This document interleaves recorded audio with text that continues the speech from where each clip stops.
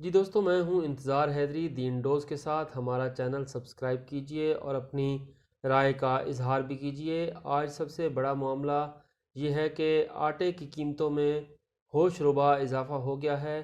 4 سے 6 روپے فی کلو کے حساب سے آٹا مہنگا ہو گیا ہے، جس پر عوام میں شدید غم و غصہ بھی پایا جاتا ہے۔ وزیر اعظم عمران خان کی طرف سے یہ اعلان کیا گیا ہے کہ ذخیرہ اندوزوں کے خلاف کارروائی کی جائے گی، اور اس سلسلے میں انہوں نے چاروں صوبائی چیف سیکرٹریز کو باقاعدہ طور پر احکامات بھی جاری کر دیے گئے ہیں، اور پی ایم آفس کی طرف سے یہ حکم نامہ وزیر اعظم کی ہدایت پر جاری کیا گیا ہے، اور کہا گیا ہے کہ ذخیرہ اندوزوں کے خلاف کارروائی کی جائے۔ لیکن ادارہ شماریات کی طرف سے جو اعداد و شمار جاری کیے گئے ہیں، یہ سرکاری سطح پر جاری کیے گئے ہیں، اور ان اعداد و شمار کے مطابق ایک ہفتے کے دوران 20% مہنگائی بڑھی ہے، اور گزشتہ ہفتے کی بات بھی کر لی جائے تو تقریباً 22% مہنگائی میں اضافہ ہو چکا ہے۔ 30,000 ماہانہ کمانے والوں کے لیے جو مہنگائی کی شرح ہے وہ اس وقت 22.5% تک بڑھ چکی ہے۔ اس حساب سے جو افراد 15,000 ماہوار کماتے ہیں ان کی مہنگائی میں تقریباً 44 سے 45% اضافہ ہو چکا ہے، اور 15,000 سے کم آمدن والوں کے لیے یہ اضافہ 50% سے بھی زائد ہے۔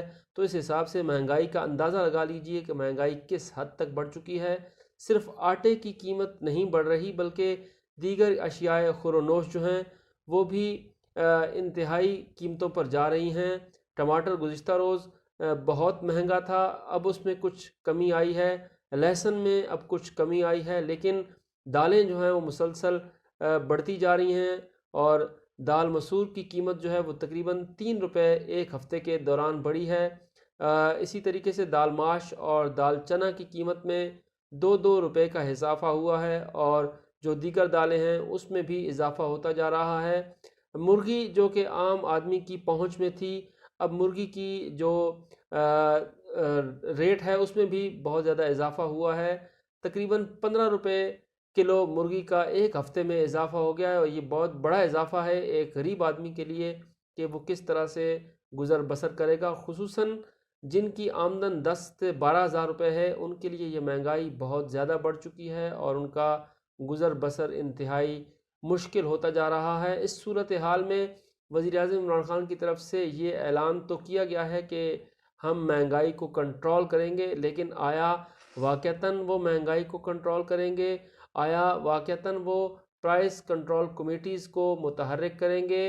اور جس طرح سے اضلاع میں اور تحصیل لیول پر اور اس کے ساتھ ساتھ ٹاؤن لیول پر جو پرائس کنٹرول کمیٹیاں قائم کی گئی تھیں وہ اپنا کام کریں گی، اگر وہ اپنا کام کر رہی ہوتی تو کم سے کم جو مہنگائی از خود بڑھائی گئی ہے وہ نہ ہوتی، اور ذخیرہ اندوزوں کو اب تک سزا مل چکی ہوتی۔